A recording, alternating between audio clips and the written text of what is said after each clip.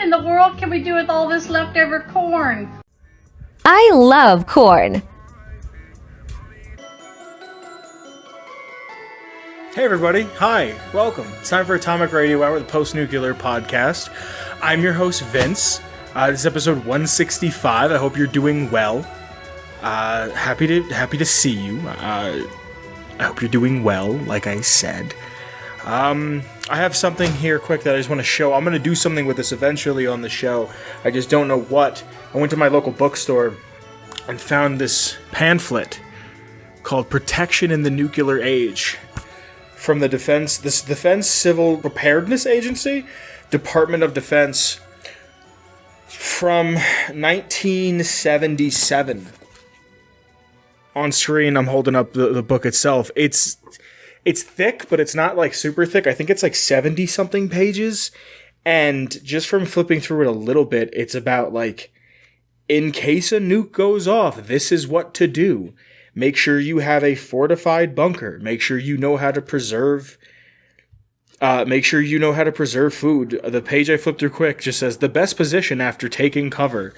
Just really, really interesting stuff about nuclear warfare. And the 70s, I guess, was 77 especially. Fallout would be widespread. What is Fallout? It's just kind of, I wouldn't think of it as being the Cold War, but I mean, it's the Cold War. Like, it's the beginning of it. It's before it started getting really heated, and I would think, like, to me, the 80s is the Cold War. But if I remember correctly, the Cold War started, like, the end of the 40s, beginning of the 50s, so at this point, we would have been into it. But there's diagrams, everything's in two colors. I think there's maybe, like, shades of blue, but it's, like, this pinkish red. I will be doing something with this for the channel, for the show, something, but I just wanted to show it off quick. I love it. This looks like a skill book you would find in like Fallout 3, especially. Like, this reminds me of that red, I think it's like a communist Chinese book that you can find. There's no markings on the back. This was just like a pamphlet that was made to say, hey, this shit's real and it's going to happen at some point. And it's just a fascinating little book. I haven't even really read through it yet. I've just kind of skimmed, but the illustrations are beautiful. The way everything is kind of put together. Like, right now I'm on a page that's just clothing and bedding, work gloves, work clothes, extra underclothing, outerwear, depending on the season, rain garments. Like, just making sure you have all this. Here's a map of a place. I will do something with this, because this is not only a wealth of knowledge of a forgot era. Is that even a term? A forgot era? A forgotten era? Of a time that does not exist any longer.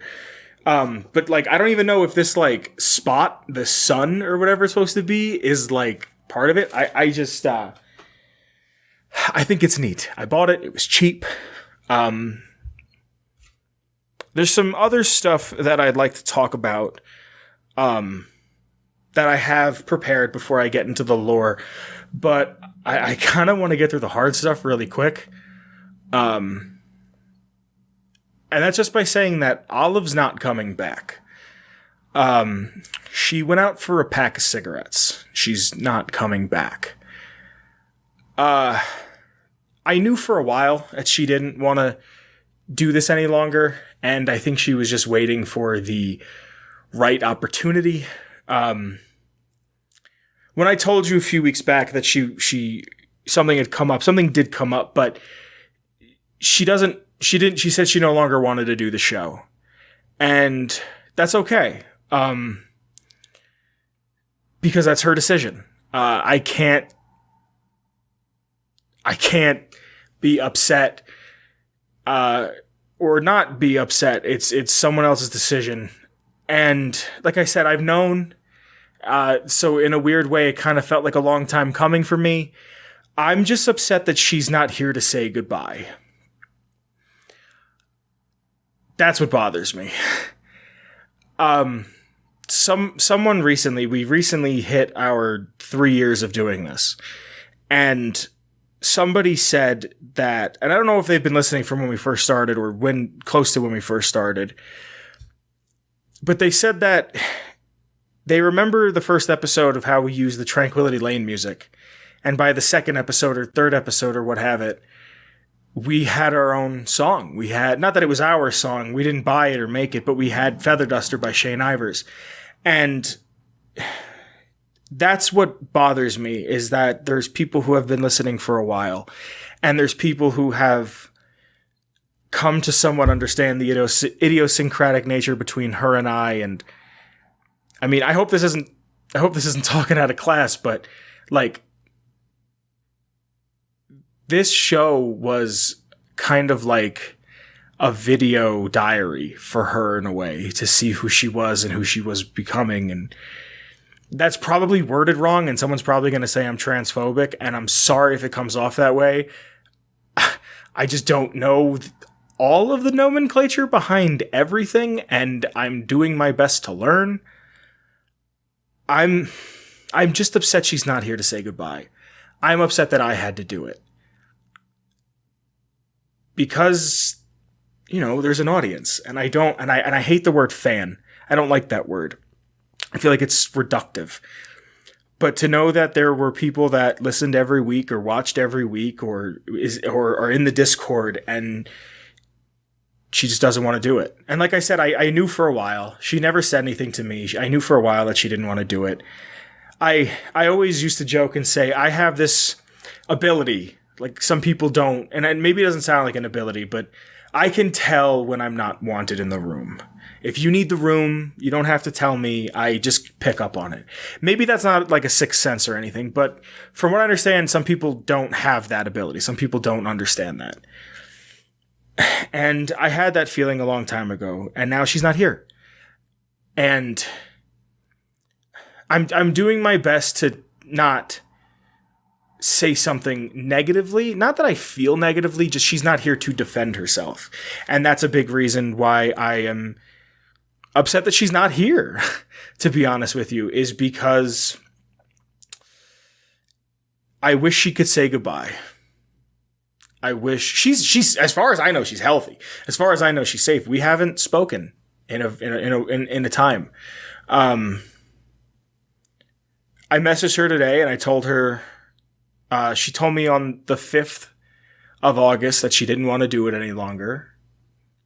And I'm recording this on the 1st of September. This will come out, I believe, the 3rd or the 4th of September. And I said, it's going to be about a month since anybody has seen you on the show. I would like for you to come back and say goodbye. She didn't answer me. So here we are. I don't plan on stopping. I love this show. Not to get too personal, but I wasn't healthy, I think is the word I want to use, when we started. Not to say that I'm super healthy now, just, you know, you get better over time. You learn how to deal with things. You learn how to approach situations differently. And I'm trying to not make this super long, but this show means a lot to me. The show means a lot to me, and I don't want to stop. We started the show, and I used to tell people it's a show about something I love with someone I love, and those things haven't changed. I still care about my friend, and I still love Fallout. And if this is my excuse to talk about it, then this is my excuse to talk about it. I'm trying to not ramble. I'm sorry. I just wish she was here to say goodbye. I feel like it's a disservice to the people who listen. I feel like it's a disservice to the Patreon. I feel like it's a disservice to the Discord. But like I said, I don't plan on stopping. I don't. I want to continue this, even if it's by myself. I've had some ideas. I thought maybe I could now that everything's me, I don't have to run it by her. Everything's me. Because we said from the beginning this was a 50-50 show. We always bounced ideas off each other, and Now I have more freedom, but I don't mean that like in a bad way, because it wasn't, collaboration is good. I just mean like I could change things differently. I could do things differently. I have these ideas that I can kind of do because they're not dependent on another person. But that's not to say that in a negative way. I'm just sorry she's not here to say goodbye. And I'm sitting here kind of like contemplating how I want to word all these things and say these things and whatnot. And I just realized I have to segue out of this somehow. But this Atomic Radio Hour will not go anywhere as of right now. I love this show. I love doing this. This makes me incredibly happy. Because of doing this show, I've taught myself a new skill. I taught myself how to edit video. I learned how to edit audio. I've learned how to green screen a little bit. I'm not great at it, but I started teaching myself how to do it. This show means so much to me. So goddamn much to me. And we would always joke that the UK, like shout out to the UK and all of our British homies. But like, to me, that's wild that someone not in my own state, let alone country, listens to me talk and complain. And I used to always joke and say, yell at my best friend. And that now there's people in Spain who have listened. There's people in the Netherlands who have listened. Ghana, last I checked, we were doing like decent numbers in Ghana. I don't know if that's maybe just because someone has their VPN on. But I don't want to stop. I want to continue this. So I guess the point that I'm rambling towards is 4 weeks ago, unbeknownst to the people who listen, I was essentially starting at episode 1 again because I have to relearn how to do this. We took 3 years to kind of, I don't want to use the word perfect, but to somewhat perfect a method, a style, a process. And now it's me. And I'm sorry if the episodes have been short. I'm sorry if it's been a little different. It's just I have to get through this process of working it out. I once heard someone say, I don't even remember where the hell it was, but I heard someone say, you don't know what you're doing in podcasting until you've recorded your first 100 episodes. I did 160, about 160, 159, I think, with Olive. And now I have to do another 100 by myself to figure out how to do this. Kyle will come on occasionally like he did last week, but Kyle's busy and I don't expect Kyle to just take over that seat. I don't know anybody else who I would do this with, so I have to do this by myself. So again, just if you've been watching from the beginning, I'm sorry. I'm so sorry that she didn't say goodbye. I'm sorry that she just went to go get a pack of cigarettes and didn't come back. I don't know what to say. It's one of those things. It's like when a family member dies, like when someone's family member dies. And I know that's being dramatic and not at all like what it is, but like, it's one of those, I don't know what to say moments. I feel like I've let whoever listens down, but like, I didn't do anything essentially. Like, I'm here. There will be one episode in the future that will have her in it, and that will be her last appearance. As far as I know. She never, like I said, she never got back to me. So, it's an episode that I was really happy that we made. It's when I moved out here and she drove with me. When I moved to Colorado from Pennsylvania. We drove for 3 days. One day we did like 14 or 15 or 16 hours straight. That's a lot. It's a lot. Someone once told me from tip to tip of England is a 5-hour drive. That's doing that tip to tip 3 times. That's a lot. And we recorded an episode while driving. And it was just 2 friends hanging out. And I don't know when that'll come out. I wanted to save that for about sometime a year after. So it wasn't like, oh, I did this and now here it is. And it's one of those that I feel like the longer that we wait, the better. And that will be her last appearance. like I said, I don't plan on going anywhere. I plan on continuing doing what I'm doing. I want to stream.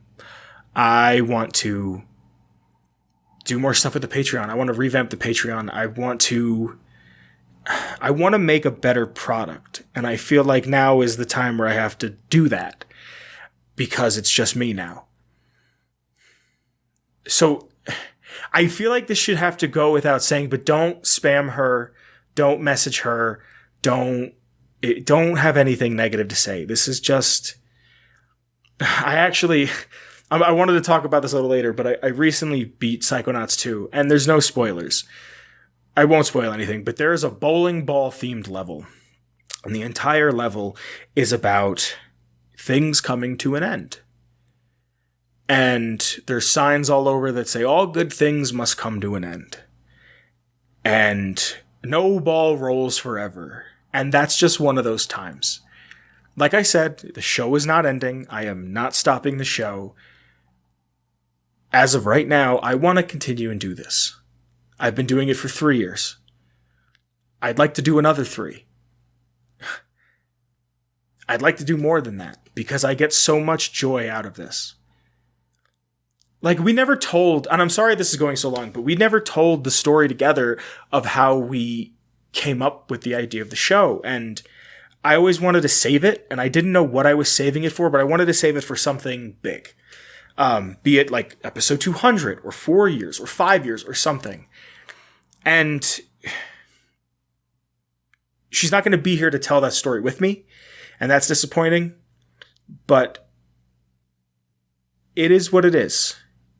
And other people's actions are not my own, and I cannot let those actions affect me. What is the thing? You don't have control over other people's actions. You have control over the way it makes you feel. And I want to stop rambling in a minute and get into Martin Luther King Jr. and Fortnite. So hold on. I don't bother her about this. Don't come at her. Don't say anything. I doubt that you will. I doubt that anybody will. Some people have said some mean things in some YouTube comments about her prior to her leaving, but those people probably click on one video and click off and never check back. If you're in the Discord, please. I know the Discord, I don't have to say anything, but I don't. I don't know. I would like for her to make some sort of video or some sort of a goodbye. I'm not hurt because she didn't want to do the show. Like I said, I knew she didn't want to do the show after a while. I'm hurt that she's not here to say goodbye. I don't know what else to say. I didn't think I'd have to do this conversation at any point in the show's history. So I'm just going to move on to Martin Luther King Jr. and Fortnite. Who the fuck at Epic thought this was a good idea? I'm going to have some sort of a link or something, or not a link. I'm going to have some sort of a picture or something on screen, but also just I don't understand why this happened. The picture that I'm probably going to have on screen is a picture from Twitter, of a female character standing next to Rick from Rick and Morty and a water fountain. No, I'm sorry, 2 sinks. One says white and one says colored. Somebody thought that was just like an appropriate thing to have. And from what I understand, it's just like you would walk through these segregated areas to teach kids, like, hey, this happened. Like, this was real. This happened in America. This is wrong. We should make sure this never happens ever again. But then, but here's my thing. There was jokes of a Martin Luther King Jr. skin, which I know didn't happen, but if it did, this is a man who was killed by gun violence in a game about gun violence. I mean, that not to say that it's just about gun violence. There's other things in there. But still, it's a game where you can shoot a man. And to think that you could, snipe JFK, you could snipe Martin Luther King Jr. from, across the map, and he would, that's fucking wild. And there was a thing that all of the emotes inside of Fortnite were disabled, except for Wonder Woman's whip cracking emote, and I shouldn't have to explain why that's wrong. And if you don't know why that's wrong, I kind of envy you, you pure innocent child, you. But, like, I don't know. This was a bad idea all around. There will be video of something on screen or picture of something on screen. It's just one of those things that I had to talk about because of how buck fucking wild it is. Some quick Bethesda stuff. Jeff Gardiner has left Bethesda with over a decade at the company. There's Gamers Move here on Instagram that Papa sent me. I don't even know if I can open it on my laptop. Can you access Instagram? I guess you can. He was I can't even look at the picture. All I can see is the thumbnail. He was 76's project lead. He left. It's not anything huge. The dude was working there forever. There's a thing with Bethesda that if you work there for a long time. I wouldn't be surprised if he went on to start his own company. Dan Houser and the other guy who I can never remember his name, who started Rockstar, left Rockstar. And he's starting his own company, presumably to make third-person action-adventure open-world games, because that's the direction that Rockstar does not want to go in. If you played Red Dead 2, it's a sim, and GTA 6 is going to be a cash grab. I'm going to get it day one, but, you know. Other than that, real quick, there's something on Starfield. There's a trailer they put out called Starfield Location Insight, in parentheses, developer commentary. Neon. I think it's like a 30-second trailer. I watched it 2 hours ago. It's about an oil rig in the middle of one of the planets that's a water planet. They set up this oil rig looking thing to catch fish. Turns out one of the fish was more of a drug than it was a fish. And this like utopian, what is the city from Outer Worlds? Byzantium? Where it was like the rich people went. That's what I kind of got the idea from, but it just shows concept art. It's neat. Again, Starfield is not a game that I'm really looking forward to. I'll play it because I have Game Pass, but it's not a high priority game for me. I hope this isn't too much of a spoiler. I'm not going to spoil anything, but I beat Psychonauts 2. It's amazing. It's so good. It's well worth the wait. It's not one of those, it's not like Duke Nukem Forever that got canceled and restarted a billion times and now is just kind of what it is. It's a very good game. It's very well made. The voice acting is great. The characters are great. I hate being that person, but I want more. Like, I hate being like, oh, you just made this game that took X amount of years to make. I would like to see more of it. I would like to see a universe open up. There's a few paths in the story that I'd like to see actually explored outside, because they kind of like go away and then they come back. And I'm like, oh, that's a perfect sequel, prequel, something right there.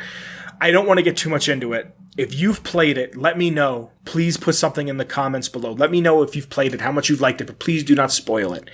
Kyle and I have been making plans to do this like since before it was going to come out because we knew we were going to like it. We want to do a Kyle and Vince likes on it, but we're going to do the first Psychonauts and the second Psychonauts. Hopefully we're recording that this weekend, but I'm not entirely sure. Either way, check it out when it comes out. Before we go into the lore for today, real quick, like I said earlier, I'm continuing the show. I'm doing it. Even if it's just me, I'm doing the show. And currently on YouTube, we have under 400 subs. And I would love to see 400 by the end of the year. I don't like asking for things, especially when it comes to viewership. But if you guys could share the show with somebody, pass it along, someone who likes Fallout, just to be able to see 400 subs at the end of the year, make me feel great. 3 years, 400 subs. It'll make me feel great. I enjoy doing this, like I've said, and I want to continue to do it. And the more people that watch gives me more of an incentive. And I hope that doesn't sound greedy when I say that, but it gives me more of an incentive to do. Because regardless of the subs, I'm going to make the podcast. I'm going to make these episodes. But it feels nice. It feels like more people are watching, and it feels like more people appreciate it.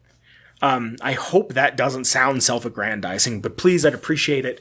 I think I've rambled a lot this episode so far, and I'm sorry. Again, it's kind of one of those I don't know type deals, because I didn't really have an idea for how to say that Olive wasn't coming back, but let's just get right into the lore. But before I go into the lore, I have to thank the Patreon. Thank you to the Patreon. Like I said, just me now. So it'll help out a lot. I'll be able to do this. I'll be able to pay the podcasting fees. I can buy better equipment. I can do more. There's a few people we have to thank real quick. Starting from the top, we have to thank the OG Noah. Thank you, Noah. After Noah, it's Danny. Thank you, Danny. After Danny, it's Marcus. Thank you, Marcus. After Marcus is Bones Jones. Thank you, Bones Jones. And after Bones Jones, we have to thank Girth Brooks. Thank you, Girth Brooks. Again, thank you. It means a lot to me. I continue to do this. I'll be able to pay the podcasting fees. I'll be able to do a lot more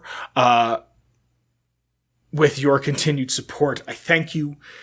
It's nice to know that people are watching, people are enjoying, people are liking the show.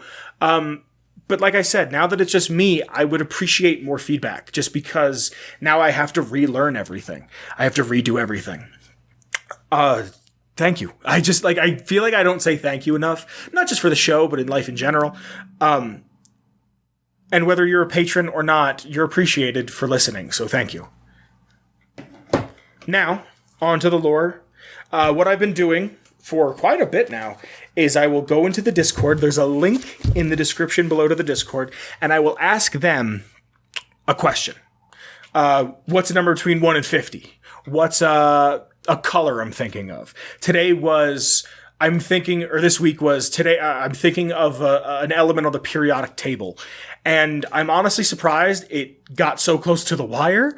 It was tin. And I was trying to think of tin puns to kind of give hints. But I thought tin would be simple. It wouldn't be anything crazy. And the person who got it was Mr. Tom Flood, someone who's been in there for a long time in the Discord. If you'd like to hear any lore in particular, make sure you're in the Discord. Monday, Tuesday, Wednesday, I will ask a question. First person to get the question right gets to choose the lore for the week, and this week's lore is Herbert Daring Dashwood. Now, this is one that I thought we had done before. Apparently we hadn't, so I was very excited to not only talk about Fallout 3 lore, but talk about a character who's just fun, a retired adventurer who now lives in Tenpenny Tower in the Capital Wasteland in 2277. Now, Herbert Daring Dashwood is born in 2207, making him 70 in the game. He sometime in between when he's born and the year 2240, he was an adventurer that always dreamed of buying his way into Tenpenny Tower. And in 2241, he meets his stalwart ghoul manservant Argyle. Dashwood originally stole Argyle's girlfriend, and later, after the misunderstanding, they became close friends. Imagine just walking in on your girlfriend getting plowed by somebody else. You're like, hey, stop it. You want to play Boggle? The adventurers duo visited most of the wasteland. By 2248, King Crag told Dashwood and Argyle to use Rockopolis as refuge. After an event, I believe the wiki puts it as an incident, an event with the king's daughter, he was exiled from Rockopolis. I love this. They would frequent the Blue Destiny brothel, or as Dash would refer to it as, the best whorehouse in the Capital Wasteland. The best whorehouse in the Capital Wasteland. It's like written just like that on the wiki. Like, not verbatim, but like almost exactly like how I wrote it. I get all of my lore from fallout.fandom.com. When I write my notes, I don't want to write exactly what's on the wiki. I tried to rewrite it like in my own kind of quick note version thing. But I just couldn't get over best whorehouse in the Capital Wasteland. He may have had more than just a professional relationship with the madam of the whorehouse, of the brothel, Madam Destiny Chow. The business shut down, the Blue Destiny brothel shut down in 2249 because most of the occupants there died of cholera. I didn't look into cholera beforehand, and I feel like I should have, because when I hear cholera, I think of it as what's it called? An Oregon Trail disease? Let's see if I can find there it is. What is cholera? Show me cholera. An infectious and often fatal bacterial disease of the small intestine, typically contracted from infected water supplies and causing severe vomiting and diarrhea. Severe vomiting and diarrhea. At the brothel. Cool. Now, this next part is one of those things that I want to read directly from the wiki. It's the actual title of the paragraph is The Pair's Last Adventure. Now, according to the Galaxy News radio drama, Argyle and Dashwood's final adventure together started when he and Dashwood were captured by Paradise Falls slavers. Managing to escape their slave collars, Dashwood insisted on trying to rescue the mysterious woman who was locked in the box. They subdued the guard and unlocked the Pulowski Preservation Shelter to find that it was empty. Another guard found them and at gunpoint demanded they surrender, only for the mysterious woman to appear behind them with a metal object. She hit the guard from behind and introduced herself as Penelope Chase, fortune hunter, claiming that she freed herself when she noticed the predicament. Argyle was hesitant to trust her, but Dashwood was enthralled, and after a brief introduction, the duo made their escape. After dispatching the last of the slavers that were chasing them, they continued forward while conversing further. In the process of questioning Miss Chase, they were again held up, this time by super mutants. While the other two were being defiant, Argyle snuck around the mutants and placed a live grenade on their person. After the trio took cover and the literal smoke cleared, Argyle fondly reminisced on his times with the Shady Sand Shuffle and asked about the other two's well-being.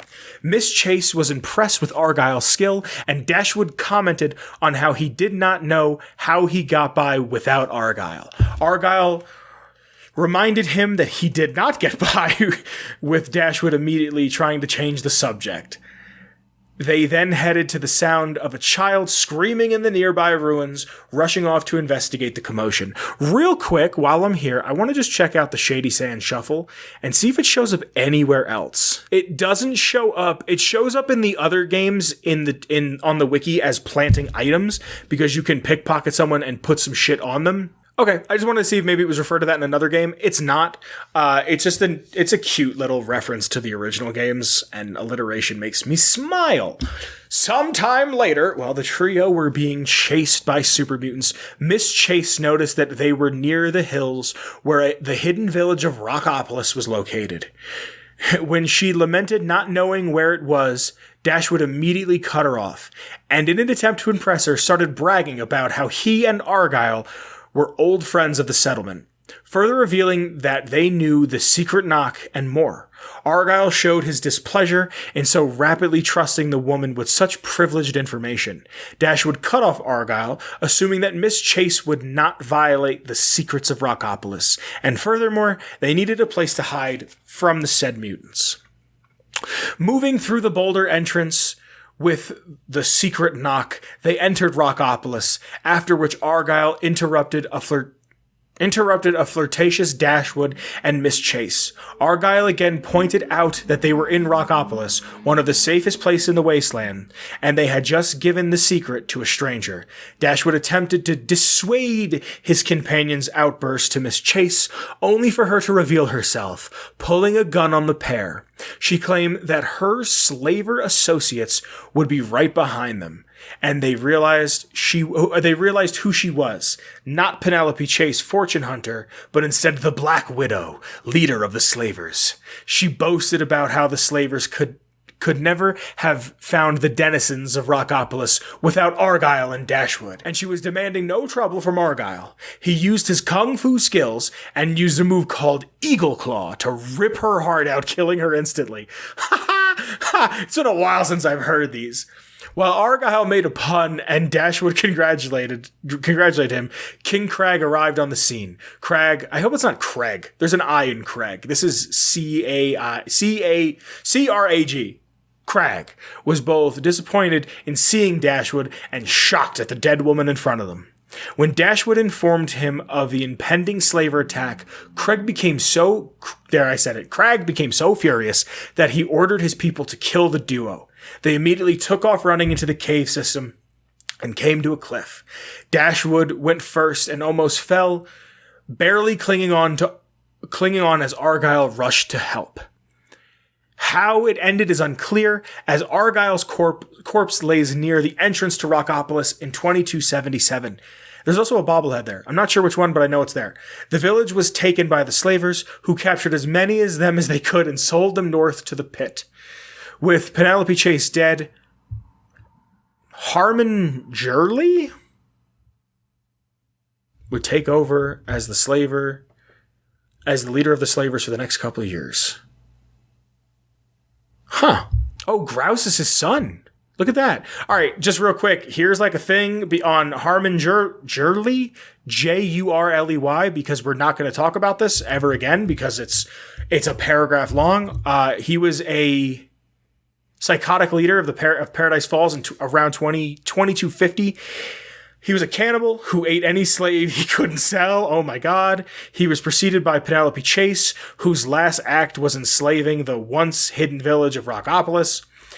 He was the leader of Paradise Falls until Eulogy Jones killed him and took power.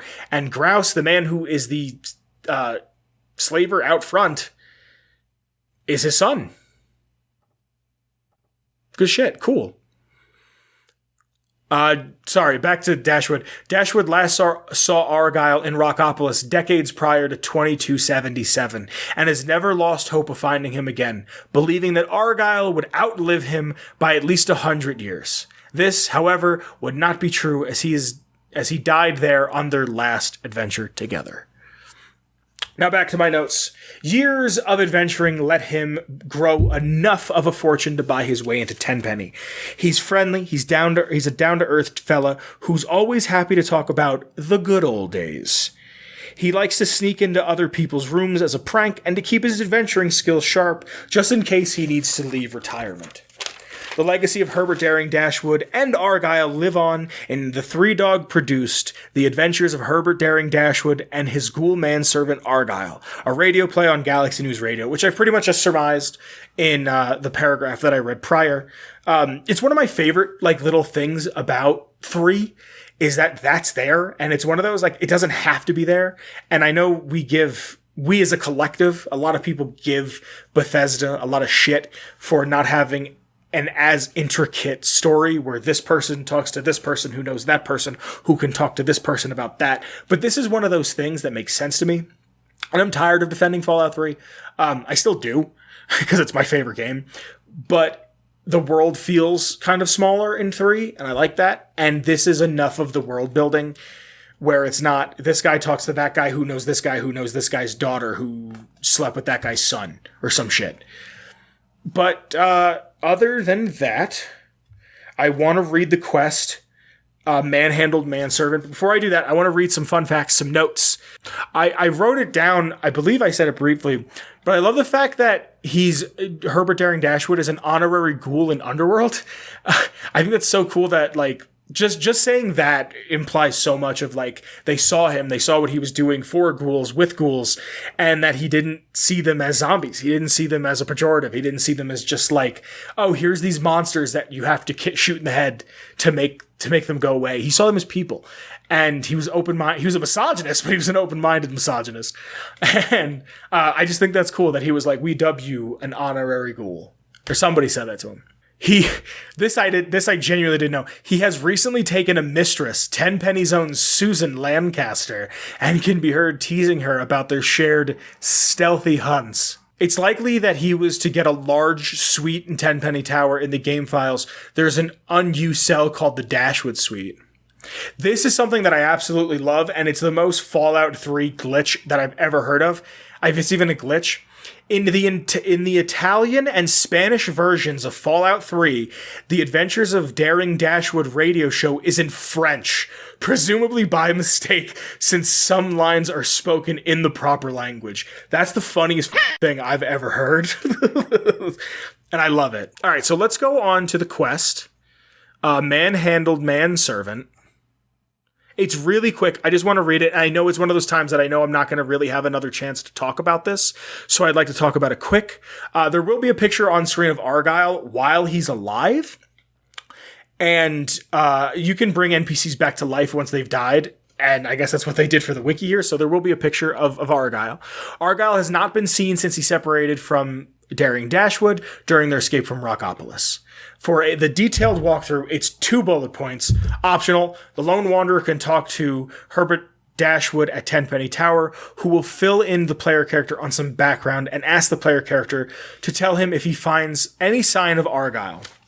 The second part, upon visiting Rockopolis and finding Argyle's corpse, the player character may return the news to Herbert Daring Dashwood for a reward. This can be accomplished without previously speaking to him about Argyle.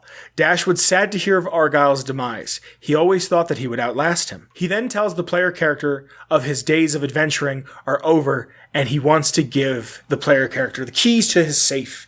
Inside the safe are bottle caps, Mentats, a mini nuke, Rad-X, bottle cap mine schematics, a stealth boy, and a stim pack. That's lore.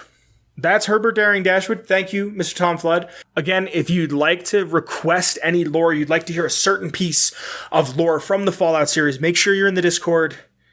Make sure that you are in there on a Monday, a Tuesday, a Wednesday, and you can answer the question. And like I said, first person to get it right picks lore for the week. And I think that's all for today's episode. Like I said, guys, I'm still trying to figure out how to do this by myself. I don't plan on stopping. But there's going to be some time. I'm going to need some time to figure out kind of a way to do this. There was even one episode where we did the lore and then talked to each other in the intro and then went into the third, what I call the third segment.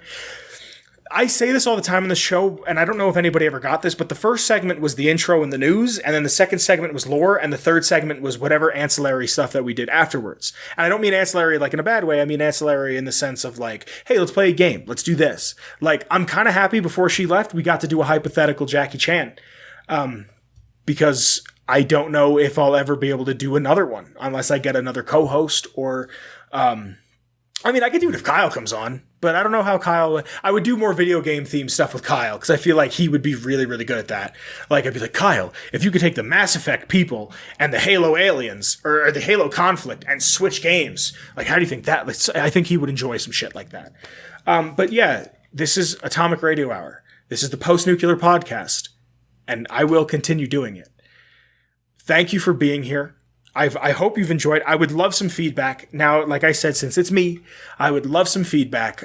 I would love for you to tell me what you like, what you don't like, what you think I could improve upon. How do you think maybe I can do something a little better? You could tell me as long as you're constructive. There's a big difference between criticism and constructive. There's criticism, constructive criticism, and deconstructive criticism for the sake of being deconstructive.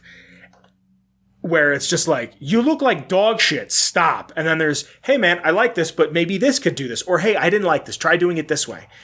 That, since we started, that's all I wanted was some feedback to know what would make this more enjoyable for everybody. So please, thank you for being here. I appreciate you for being here. If you liked our intro music, it's by Shane Ivers, and there's a link in the description below. But also, if you go to silvermansounds.com/free music, there's not just Feather Duster. There's a slew of other songs made by a British fella. Again, the Brits, they're great. Thank you if you're in the Patreon, thank you to the Patreon. We appreciate you. Again, because of you guys, I can do stuff like this. There's other stuff. I bought a green screen the other day, a real green screen. I went to a thrift store, and I didn't put a picture of it in the Discord, and I should have. I went to a thrift store, and they had a $300 green screen for $40, and I bought it. It's a real one. It's one you'd see on a set. And I have to buy lights. All I have to do now is buy lights, and I have a green screen set up, and that's wild for me to think of. That being said, thank you for being here. Thank you, Patreon. Thank you, Discord. There's links to the Redbubble. The Redbubble that Olive and I had made some designs, and it's on there. Go ahead and check it out to help support the show. If you're subscribed on YouTube, thank you. I want to hit 400 subscribers before the end of the year. I think that's all I want to say. I still I'm never sure how to outro the show. Just thank you for being here. You are appreciated. I've said it a billion times. I'll say it a billion more. Call somebody you love. Tell them that you love them. Be safe. COVID's on the rise. I feel like I've said that before as well, but COVID's on the rise, so be careful. Hug somebody. Just enjoy your time with the people you love. I think that's it, because I'm starting to ramble again. Bye, everybody. Bye, Kyle. Be safe. Have fun. Have safe. Be fun? Something? I don't know. Bye.